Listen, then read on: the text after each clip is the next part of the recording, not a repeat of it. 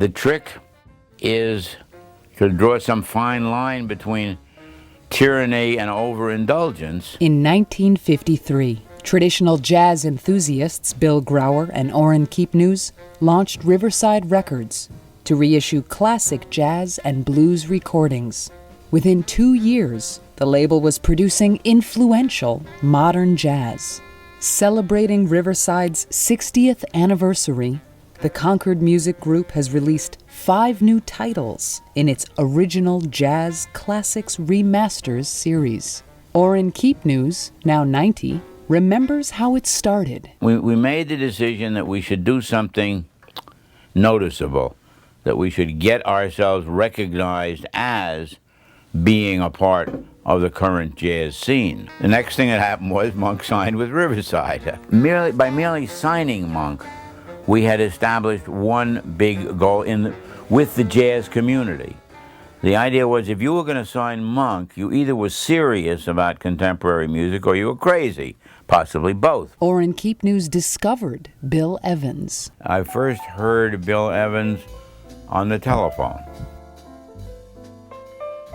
Took Bill under his wing. Bill was a very shy and diffident young man, but Mundell called Riverside, got Bill Grauer and myself on the phone at the same time and proceeded to play a Bill Evans tape.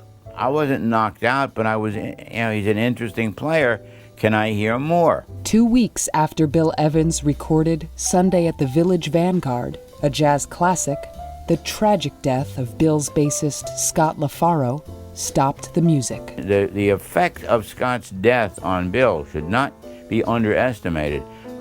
Bill did not play at all for a big chunk of time. One summer night, while walking through Greenwich Village, Orrin Keepnews ran into his friend, Clark Terry. As I passed by one of the celebrated clubs in the village in this period, we were in the mid-50s at the Cafe Bohemia, Clark was standing in front of it with some other people, and he called out to me and asked me to come over here.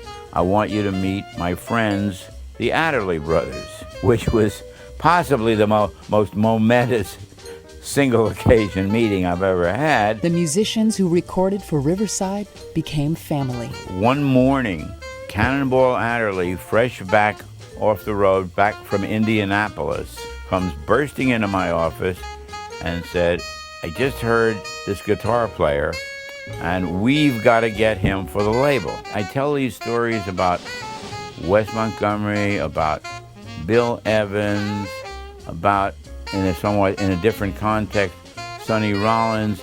I'm dealing with an awful lot of musicians who were like the last ones to believe in themselves.